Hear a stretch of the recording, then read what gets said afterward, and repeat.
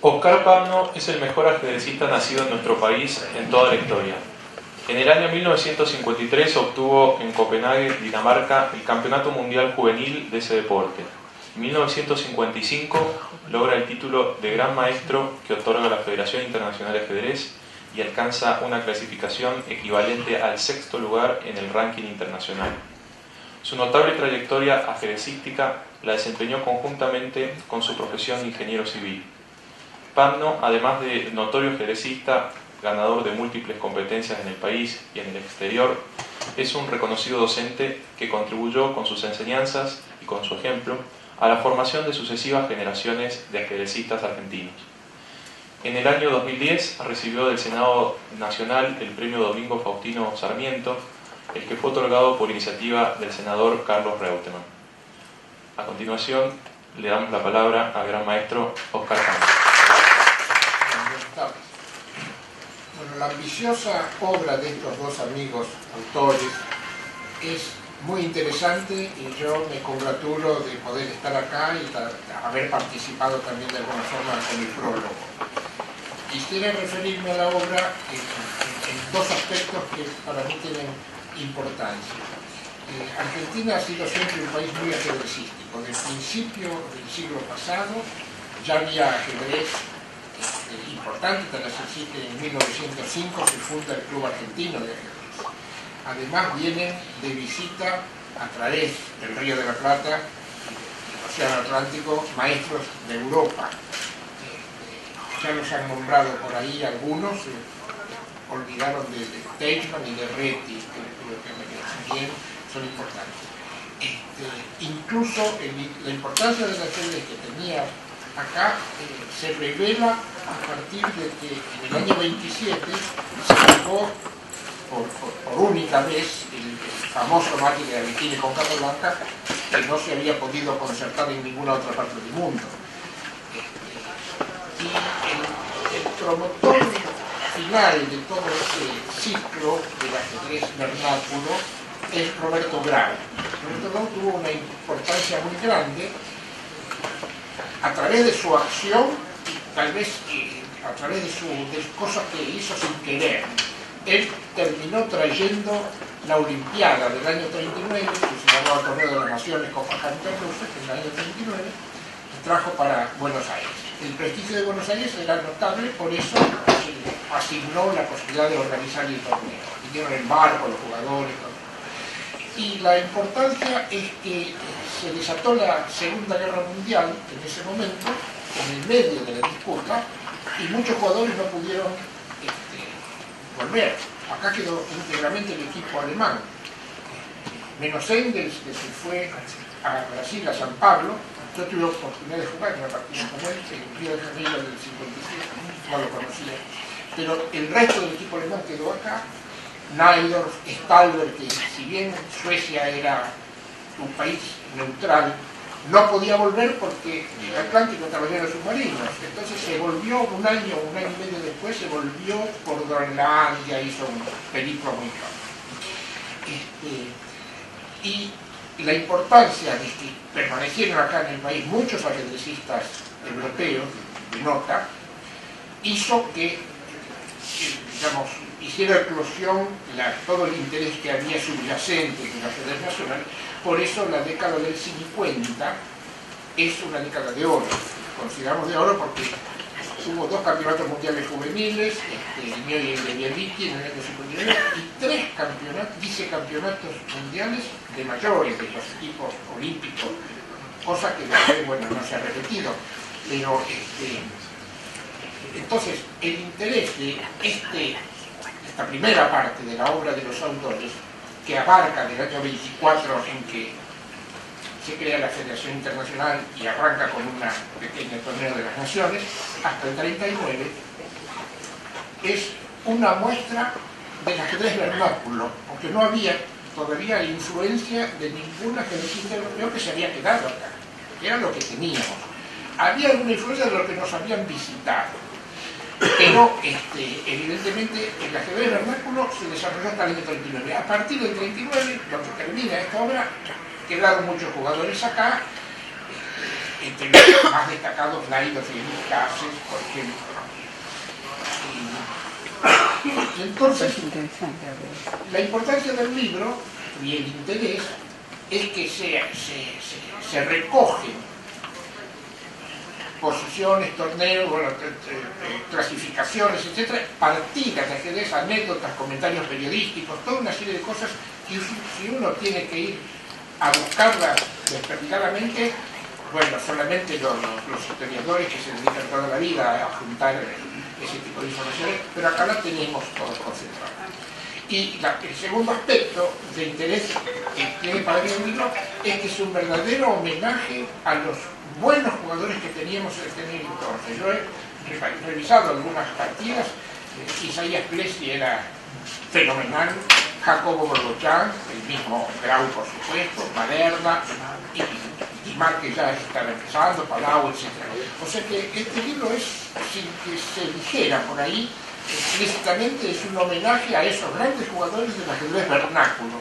Después del 39 ya empieza una etapa distinta que probablemente podamos atisbarla en la continuación de la obra.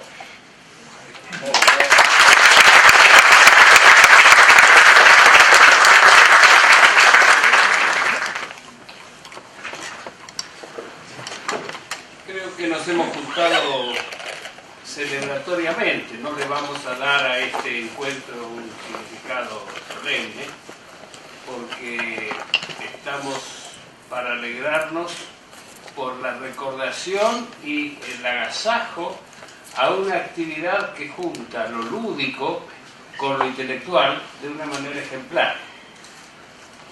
Yo no necesito hablar de lo importante que es el ajedrez para ustedes, porque en general debería ser casi al revés, que yo fuera el público, que ustedes pudieran informar a los ajedrecistas de sus pasiones y de sus sentimientos, y menos aún estando en la mesa el maestro Pano y estos dos jóvenes, para mí jóvenes ajedrecistas, que en algún momento han sido discípulos míos en otras actividades y que han hecho el enorme esfuerzo de realizar este libro, con ese apoyo importante que yo quiero destacar de los senadores de la Nación y en este caso además de la biblioteca del Congreso que nos recibe tan generosamente.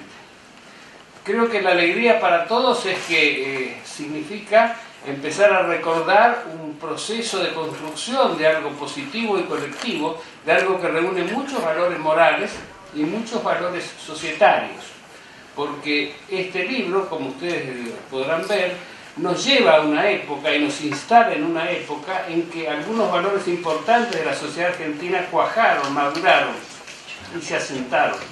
En una época en que además tiene, y esto es bastante paradójico, lo significativo de que llegamos a la culminación de ese proceso en el mismo año en que al estallar la Segunda Guerra Mundial, de algún modo declina el marco histórico y económico en que la Argentina había alcanzado su mayor potencialidad, por lo menos en tiempos contemporáneos. Y a partir de ese momento empezamos el ajedrez y la Argentina a buscar caminos nuevos que nos ha costado encontrar, pero que son muy ricos y que seguramente nos van a dar muchos otros resultados hacia el futuro. Yo creo que es muy bueno ver en el ajedrez todos los elementos que tienen relación con otros campos de la vida humana. Yo que tengo alguna familiaridad con la historia y con la política, recupero siempre como un elemento central y yo les diría estimulante el valor del ajedrez como reflexión sobre la estrategia. La estrategia tiene para mí dos componentes básicos que la diferencian de la táctica, y es que tiene una visión en el tiempo, se desarrolla en el tiempo y se desarrolla en un territorio. En un territorio que es un territorio físico o que es la situación en la cual hay que tomar decisiones, que el territorio es en sentido un poco metafórico, todo eso frente a una situación determinada, hay que tomar decisiones que se van a desarrollar en el tiempo o cuyas consecuencias se van a presentar en el tiempo. Y esto es un poco la esencia del juego del ajedrez. Las decisiones territoriales son los movimientos de las piezas en el tablero y cada una de esas decisiones territoriales va a tener una proyección en el tiempo, en 2, 3, 4, la cantidad de jugadas que sean. Pero la gran habilidad y el gran esfuerzo intelectual es el de poder ver cómo esos movimientos territoriales se van a reproducir o van a tener consecuencias posteriores. Esto lleva a una demanda fortísima desde el punto de vista intelectual, tan fuerte que ha habido que construir potentes computadoras para que llegaran a poder interpretar algunos de estos procesos, como lo han hecho, y nos está hablando de una combinación de elementos que son esenciales en la vida humana, que es esta organización de las relaciones del presente con su proyección hacia el futuro. Y este sentido de la estrategia como combinación de estas dos cosas, me ha llevado a mí a otras reflexiones que se las quiero contar, porque me parece que para los ajedrecistas son temas, si no esenciales, por lo menos entretenidos. Y cuando conversaba con Sergio, con quien he tenido bastante proximidad, hemos trabajado juntos en otras cosas, que no sea ajedrez, claro, yo me decía, bueno, acá hay una cosa que a mí me va sorprendiendo, que es cada vez más presente en mi reflexión histórica, y es por qué el ajedrez se convierte en un momento determinado en un juego que tiene un protagonista, como es el Inca Atahualpa. Porque, claro, digamos, este es un juego que viene de una cultura en el sentido antropológico, un conjunto de valores, de criterios, de enfoques de la vida que están puestos en este juego, y Atahualpa venía de otro lugar. Y yo me puse a preguntarme cómo era este encuentro de Atahualpa con el ajedrez. Llegó a ser un buen jugador, le llegó a ganar a los maestros, a los capitanes españoles que le enseñaron a jugar. Tenía algunas cosas muy particulares. Por ejemplo, en el mundo de Atahualpa no existía la propiedad privada, el sentido de propiedad. Por lo tanto, Atahualpa, cuando perdía con los españoles, que jugaban por plata, por supuesto, les pagaba, pero cuando él ganaba no aceptaba que le pagaran, porque para él eso no tenía ningún significado. ¿Qué le pasa a este hombre? ¿Qué hay en este hombre? ¿Qué hay en este personaje que es capaz en muy poco tiempo, porque él vivió 8 meses nada más entre su captura y su ejecución, para llegar a apasionarse con el ajedrez, entenderlo y comprenderlo? Porque fíjense quién era el hombre. Era un hombre que venía de una cultura completamente diferente, porque ellos estaban en un mundo en el cual estaban solos, ellos no tenían idea de la existencia de otras culturas, él era la cúspide de ese mundo. Algunos principios filosóficos de ese mundo nos resultan extraños. Por ejemplo, no tenían sentido de creación, el mundo no había sido creado, había existido siempre. No tenían sentido del desarrollo del tiempo, los tiempos se mezclaban, el pasado estaba adelante y el futuro estaba atrás. ¿Por qué? Porque el pasado era conocido, entonces se podía trabajar con él. El sentido de la vida y de la muerte también estaban combinados, y la vida de la sociedad tenía pocos de los elementos que nosotros conocemos. Por ejemplo, el trabajo no existía como criterio, porque de lo que se trataba era todo de episodios litúrgicos, religiosos. Se trabajaba cantando, y cuando el trabajador se cansaba, lo llamaba a su abuelito muerto para que viniera a ayudarlo en el trabajo y le diera más energías. Y de este modo también transcurría la vida con una gran armonía, donde cada uno de los episodios de la vida tenía un significado. Sin llegar a ser una visión demasiado panteísta, sin embargo, todas las cosas del entorno participaban de la vida. Y el hombre no era el rey de la creación, como nosotros lo vivimos en la tradición cristiana, sino un agente de la naturaleza indispensable para que la naturaleza se procree y se desarrolle. Este hombre, con esta visión tan distinta del mundo, se enfrenta al tablero de ajedrez. ¿qué le habrá pasado? ¿Qué habrá encontrado para que se combinara tan cercanamente con su mundo? Y yo me puse a estudiar esto y llegué a una conclusión bastante interesante. En el mundo inca, estos dos elementos típicos del ajedrez, espacio y tiempo, se expresan con una sola palabra, pacha. En el mundo inca, el espacio y el tiempo están mezclados.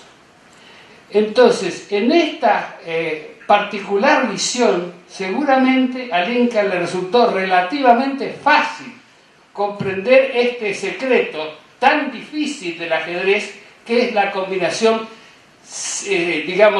sistemática, pero al mismo tiempo dinámica del espacio con el tiempo, y él pudo entonces aprender en muy poco tiempo el ajedrez.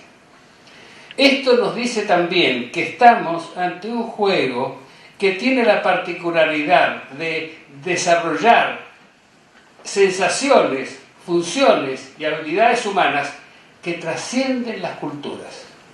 Porque esta es la mejor demostración de que en dos culturas que no solamente no se conocían, sino que ignoraban recíprocamente la existencia de la otra, porque acuérdense que los romanos sabían que existían los chinos, etcétera, pero los españoles no tenían la menor idea de que existían estas culturas, y estas culturas creían que estaban solas en el mundo. De ahí la gran sorpresa de Atahualpa, que nunca cree que lo estén invadiendo, porque el concepto de invasión no existe para él.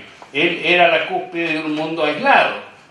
Y sin embargo, en el ajedrez están estos componentes que tienen que ver con lo más interesante que los historiadores y los escritores exploramos, que es la condición humana.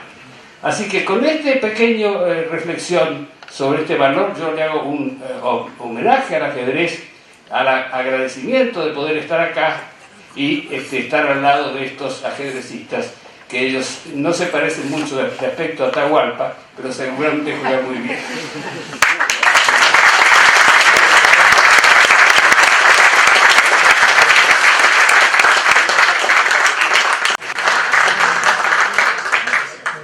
Enrique Arguiñaris es contador público e integrante del cuerpo de administradores gubernamentales de la Jefatura de Gabinete de Ministros. Fue finalista del Campeonato Argentino 2002, maestro internacional ICSF y campeón argentino de ajedrez postal entre 1978 y 1980. Es autor del libro Panno Magistral, Vida y Ajedrez de un Gran Maestro, y actualmente es asesor del Senado de la Nación. Lo escuchamos a continuación. Bueno, muchas gracias. Empezamos con literatura y ahora quiero también hacer un aporte literario. Empezamos con el poema de Borges, que está lindo poema de Borges que todos conocemos. Y yo quería hacer una referencia a un cuentito muy corto de Alejandro Dolina que se llama Magia. Este cuentito habla de las desventuras de un mago de apellido Risuto. Risuto era un mago de barrio, muy modesto. Actuaba en clubes de barrio, colegios, algún cumpleaños. Tiene una particularidad muy especial. No sabía hacer ningún truco. Él confiaba, lo importante era la magia. Él decía, yo quiero ser un mago en serio, no quiero ser un ilusionista. Entonces, el número que hacía Risuto siempre era el mismo. Tenía una galera que no tenía doble fondo, no tenía nada, era una galera simple. Y tenía una varita mágica de color azul. El tipo se plantaba frente al público, mostraba la galera vacía y decía, señores, a continuación voy a hacer aparecer una paloma. Golpeaba la galera, por supuesto no aparecía ninguna paloma. Y bueno, eso lo repetía una y otra vez, lo echaban a patadas de todos lados porque era terrible. El tipo que hacía eso, le pedían que devolviera los honorarios cobrados por anticipado en los casos que se ocurriera. Su vida era una desdicha, pero el hombre seguía insistiendo en que algún día se tenía que producir el milagro. 100, 200 representaciones, iba a lugares donde no lo conocían, tenía obligación de ir a lugares donde no lo conocieran, porque si lo conocían no lo contrataban. Y hasta que un día, entre los días, fue al Club Fénix de la zona sur del Gran Buenos Aires. Hizo el truco de vuelta, golpeó, a continuación va a aparecer una paloma y para sorpresa principalmente del mismo Risuto salió una paloma volando de la galera que sobrevoló a todos a todo el público y se alejó por una ventana. La gente lo aplaudió, esos aplausos de compromiso, porque después de todo, en fin, que aparezca un mago, haga aparecer una paloma, es un truco totalmente corriente, totalmente trillado. Entonces le aplaudieron así de compromiso, pero para Risuto se fue el día más feliz de su vida, porque descubrió que la magia existía, que los milagros existían. Este cuentito nos puede llevar bueno, por un lado nos lleva a esa reflexión de pensar en esa hambre que tenemos todos de milagros, ¿no? Seamos creyentes o ateos, todos queremos un milagro, queremos ver un milagro. Y nos hace pensar que también hay debería haber dos tipos de magos. Los magos corrientes, los magos tecnológicos que tienen todo un aparataje para trucos, a veces tecnológicamente avanzados, como podría ser David Copperfield. Y los magos tipo Risuto que esperan un milagro. Y bueno, yo a quién contrataría si necesitara algún día contratar un mago. Y bueno, en principio contrataría algún mago tipo David Copperfield. Pero bueno, si conociera algún mago tipo Risuto, lo contrataría siempre. Y bueno, quisiera estar con él todos los días, que me muestre los milagros y demás. ¿A qué cuento esto? ¿Qué tiene que ver todo esto con la edición de un libro de ajedrez? Que no tiene nada que ver aparentemente. Y en principio, bueno, el cuentito me gustó y lo quería contar y bueno,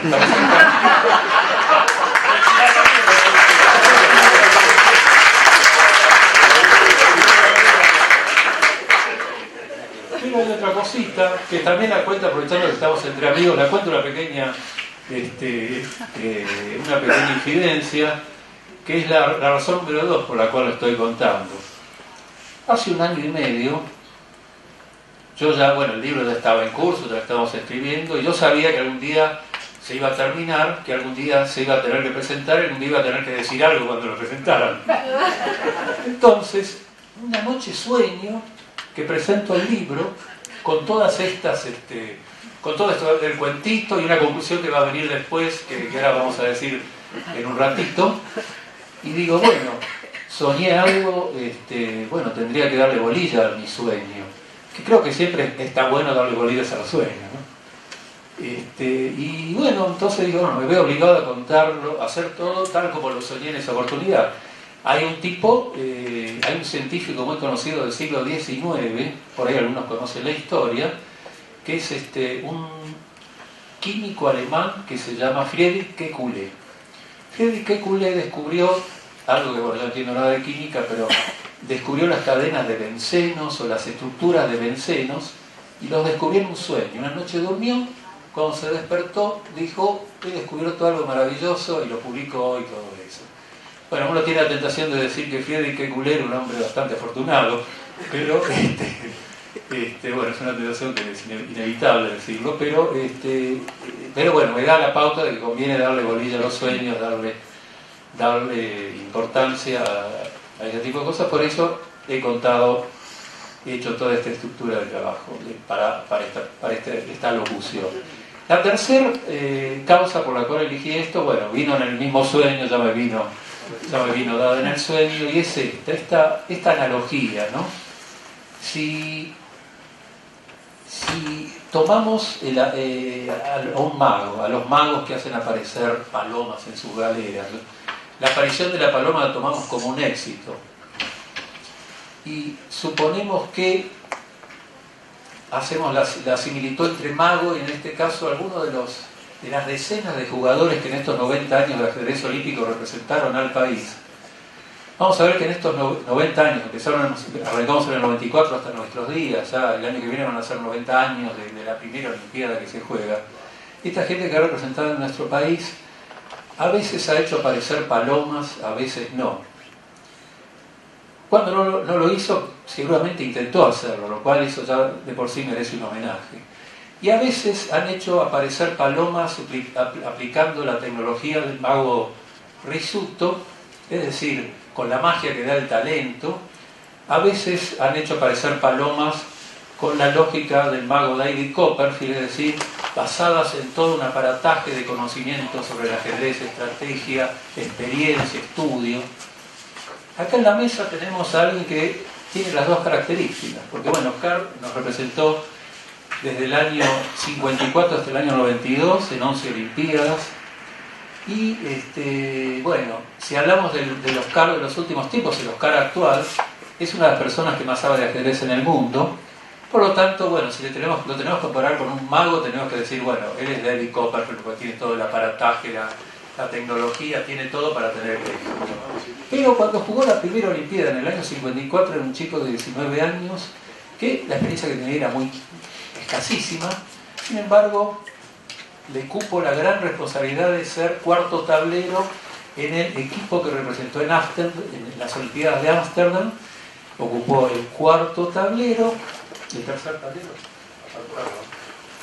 mejor todavía, tercer tablero, más responsabilidad, y obtuvo un porcentaje del 50% ante jugadores, correcto, 50%, ante jugadores encumbradísimos, grandes maestros de suma importancia. Y la Argentina, gracias a la colaboración de Oscar, salió por tercera y última vez, salió subcampeona mundial, que es un puesto realmente increíble, que hoy en día a la realidad argentina de ahora es increíble, nos parece mentira, ¿no? Bueno, por lo tanto, este libro no es otra cosa que un homenaje a todos estos magos del ajedrez vernáculo que, intentando hacer aparecer una paloma de la galera, pero no pudiendo, pero habiéndolo intentado, o haciéndola aparecer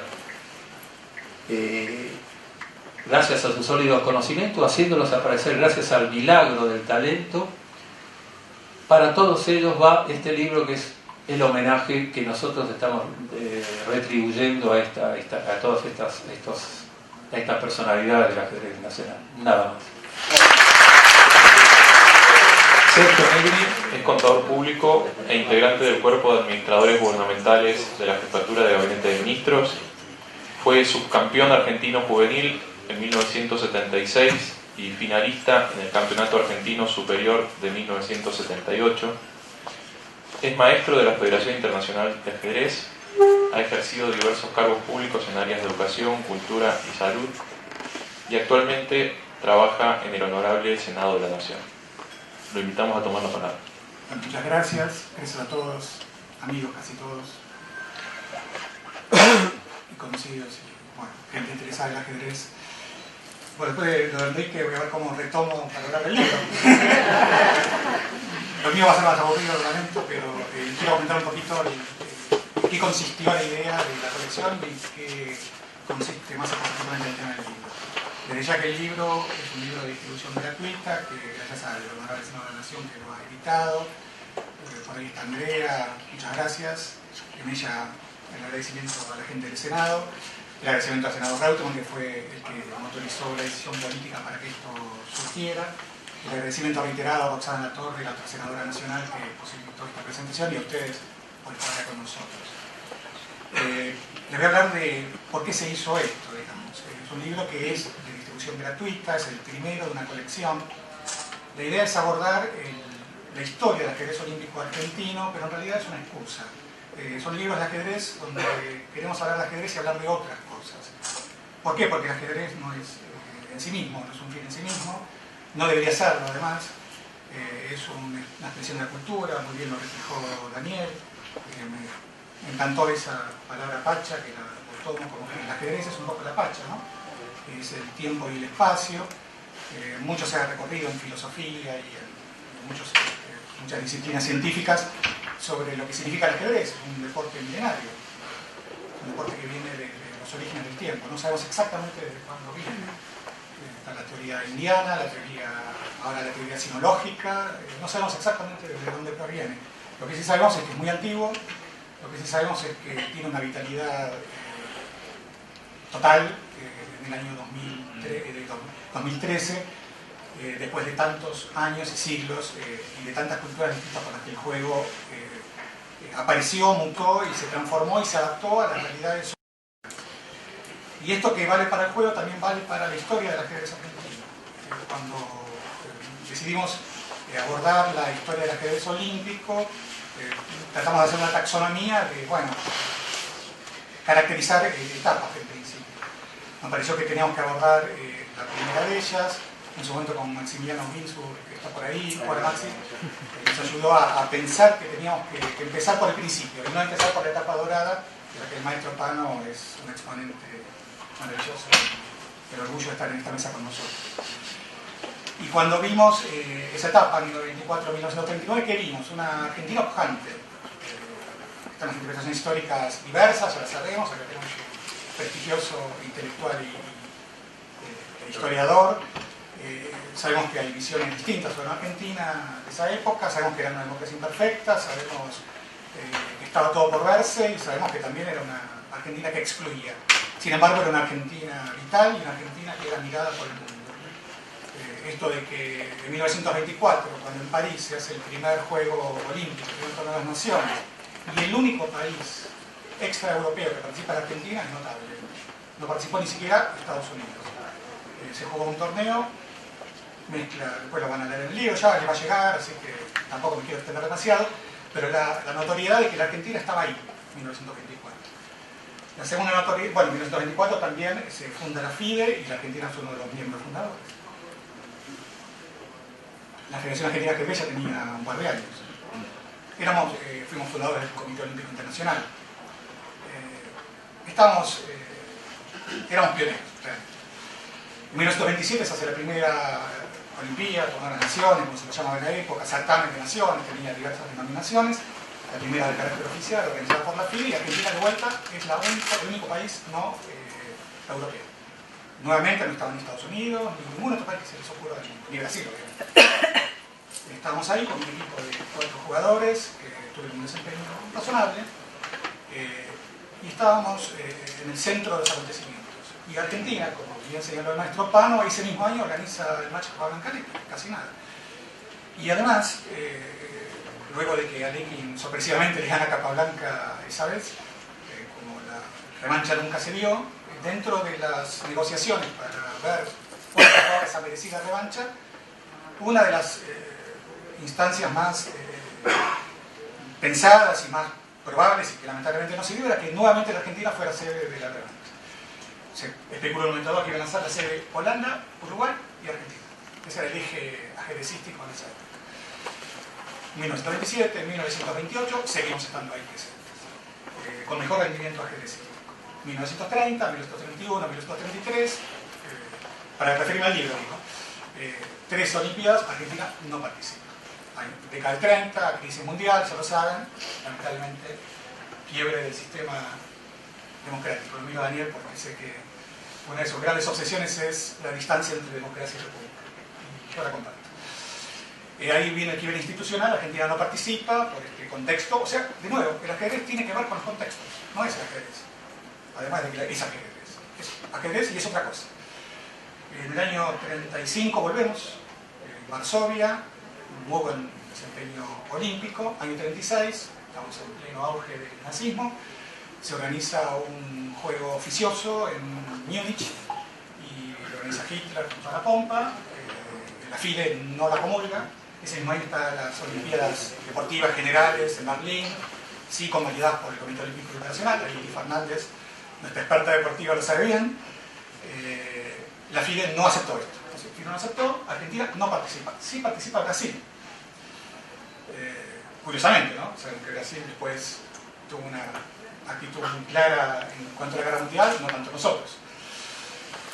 En el año 37 regresamos a la gesta deportiva en Estocolmo, excelentísimo resultado, 4º puesto, casi nada. Veníamos de un puesto, si no recuerdo, 12º en Londres, en el 97, esa fue la evolución. Y en Estocolmo, picardía argentina mediante, se iba a organizar en el 39 la próxima Olimpiada, iba a ser en Budapest. Era más que merecido porque un día había sido el primer campeón olímpico. Además era el centenario del Club de Ajedrez de Budapest. O sea, todo hacía que tenía que ser Budapest. El pícaro Grau, el gran maestro Grau, le debemos mucho. No tanto los resultados deportivos. Los resultados deportivos de Grau en este periodo no fueron del todo extraordinarios. Fueron muy superiores al de Palau, primera medalla de bronce olímpica del continente americano. Fue brillante la actuación de Leche, como bien dijo Carr, medalla de oro en Buenos Aires, medalla de bronce antes, la de Guimard. Grau tuvo un desempeño, pero ¿por qué? Porque Grau estaba en todo. Y bueno, no podía también ser como ajedrecista el mejor resultado. Y Grau logra pícaramente en el 37, convence, bueno, lo hacemos en Buenos Aires en el 39 y después lo hacemos en Budapest. Budapest no se hizo. Además, en Hungría no se hizo, ¿qué es Hungría, no? Como lo sabemos, no se hizo las Olimpiadas en ninguna oportunidad histórica. Buenos Aires ya tiene dos. Notable, digamos, ¿no? De vuelta, Argentina pionera. Y esa época, venían campeones mundiales, los jugadores que mencionó Oscar. Y yo quiero mencionar, porque después van a leer el libro de distribución gratuita, después vamos a distribuir entre federaciones, clubes, planes de ajedrez escolar. Si alcanza el libro para todos van a ver, si no habrá una versión digital, en fin, la idea es que el libro se difunda. Les pedimos que sean evangelistas, no por nosotros, sino por el ajedrez. Y por aquí nos homenajeamos a toda una generación. Pero el libro también aprovechamos, de mérito de las primeras obras, donde uno a veces habla de más, pero aprovechamos para hacer una retrospectiva historia de cómo ingresó el ajedrez a América. Desde el episodio legendario, o no, de que quizás el mismo descubrimiento de América se le debe a una partida de ajedrez, porque Fernando fue convencido por Isabel la Católica, cuando Isabel la Católica le recomendó una jugada de ajedrez exacta para no perder con el almirante Fonseca. Fernando dijo, esta reina se ve que sabe de ajedrez. Como sabe de ajedrez, bueno, me están trayendo el plan para descubrir América. Este genovés a mí mucho no me convence, pero si Isabel me dice que sí, vamos para adelante y se descubrió América.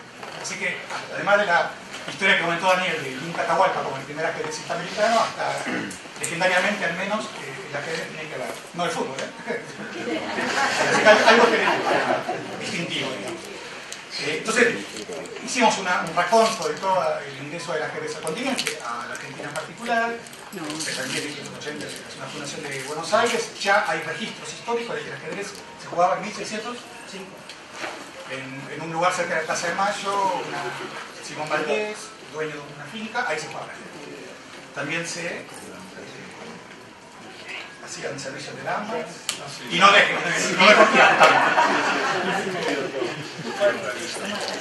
Era un garito, bueno, ámbito de contrabando, bueno, hacemos toda esa recorrida, hemos hecho una investigación fuerte, hemos tenido mucha colaboración, Daniel Alpan, le agradezco mucho todo el material que nos envió, el maestro Héctor Silva Nazari del Uruguay, que nos aportó también material, tuvimos mucha colaboración, en cada caso está eso consignado, y fue yendo al periodo 1924 al 39, dos nombres que se dieron y dos más que agregar. Uno con Browich, que no conocía la historia, algunos no la conocen, el extraordinario escritor polaco, vino en el año 39 a Buenos Aires, a un congreso literario, se desata la Segunda Guerra Mundial, 1 de septiembre del 39, ese día empezaba la final del campeonato del Torneo de las Naciones. Con Browich, junto con los demás literatos, sube al barco para volver a Polonia. Dice, no puedo, me quedo. Se queda siendo un escritor catalán polaco y donde nadie quería que era escritor. Parecía un ser estrambótico. Tuvo que ganarse su lugar, trabajó en un banco, etc. Su gran libro, que es de 1937, Faridud, que se los recomiendo, es un libro extraordinario, una novela, con ajedrez, van a ver que sí, ajedrez, está sola, con todo. Faridud, que tiene ahora su obra cumbre, con la cual está considerado uno de los mejores literaturas que me da vergüenza hablar esto de Daniel, pero lo hago igual. Porque está mirando, hermano. Bueno, esa obra se tradujo de un ejemplar que trajeron milagrosamente de Polonia, dentro de la masacre del nazismo, no solamente fueron vidas, sino también la cultura. Trajeron un ejemplar en polaco y lo tradujeron en un trabajo colectivo, varios escritores, cubanos, argentinos, el propio Von Browich, el Café Rex, arriba en los altos del Gran Rex, del cine Gran Rex, donde había una sala de ajedrez. Sala de ajedrez que a su vez lideraba Friedman, que era el capitán del equipo polaco que se quedó en el 39 como viene a buscar. Se quedó Nairo, se quedó el Cases, se quedaron 22 personas. Definitivamente, y más. Bueno, con Browich, Duchamp. No puedo dejar de nombrar a Duchamp, porque Duchamp es el autor. Duchamp fue un extraordinario, todos artista, uno de los más influyentes del siglo XX, en este caso, uno, más influyente por lo menos. Dadaísmo y por su quiebre de la cultura clásica de alguna manera. Duchamp era un excelente ajedrecista. Y además de Francia, ¿no? Y además jugó en el equipo olímpico francés. Y jugó contra dos argentinos. tablas en 2 ocasiones, una de las partidas está registrada. Quiero mencionar a un caso un tanto triste, pero quiero mencionar. También hicimos el ejercicio inverso. Dijimos, bueno, en el 39, 22 jugadores se quedaron, salvaron su vida, rehicieron su vida, saben bien lo que le pasó a Nairo, que mataron a toda su familia, no fue el único. Hicimos el ejercicio intelectual contrario. ¿Qué pasó con los buenos ajedrecistas que no pudieron venir en el 39 en Argentina? ¿Qué pasó con ellos? Y bueno, buena parte de ellos murieron en campos de concentración, si eran polacos, si eran judíos, peor. Está en la lista la nómina, que de alguna manera también es un homenaje, que tiene que ver indirectamente con el libro, pero que tiene que ver con la época. Es decir, bueno, Buenos Aires, Argentina, fue supo amparar al desamparado. El desamparado que no pudo venir muy probablemente haya muerto, siendo ajedrecista y extraordinario. Hay casos, bueno, Sepiorca, el caso de Rubinstein confinado en un asilo, el caso de Petrov, que en el 39 fue medalla de bronce en el primer torneo. Y terminó, en este caso no por los nazis, sino por los stalinistas, confinado en Siberia y muerto. Muerto por desnutrición. Entonces, de alguna manera quisimos hacer un homenaje a tanto ajedrecista tronchado, algunos que pudieron venir y que tuvieron luego un signo trágico, y muchos que ni siquiera pudieron venir y por eso también lo fue. Y el último homenaje que quiero hacer es a Martínez Estrada, y eso también se lo roba a Daniel. Fue muy inspirador leer a Martínez Estrada. Alejandro Nogués en su momento nos sugirió la lectura de La cabeza de Goliat, otro libro extraordinario que recomiendo, donde, bueno, Martínez Estrada es uno de los principales pensadores del siglo XX, tanto maldito quizás, ¿no? Borges dice que Martínez Estrada dijo lo que los argentinos no queremos escuchar. Dijo algo así, si no lo cito mal. Y bueno, Martínez Estrada, además era un ajedrecista, un amante del ajedrez. La descripción que hace en La cabeza de Goliat del ambiente ajedrecístico y del clima de los Juegos Olímpicos de todas las naciones del 39 es simplemente majestuosa. Hace una descripción del ajedrez que enamora y describe a los jugadores de época con un semblante tan exacto que la verdad dan ganas que otros escriban y no nosotros. Pero nosotros lo que hicimos acá por lo menos es registrar lo que esos otros han escrito y que quede como un legado para seguir andando. Eso es importante.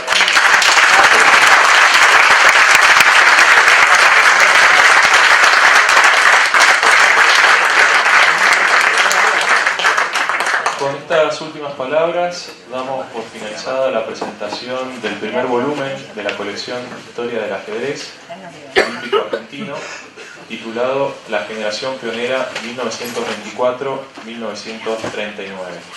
Los autores y la comisión administradora de la Biblioteca del Congreso de la Nación quieren agradecer especialmente la presencia de todos ustedes y les desear buenas tardes.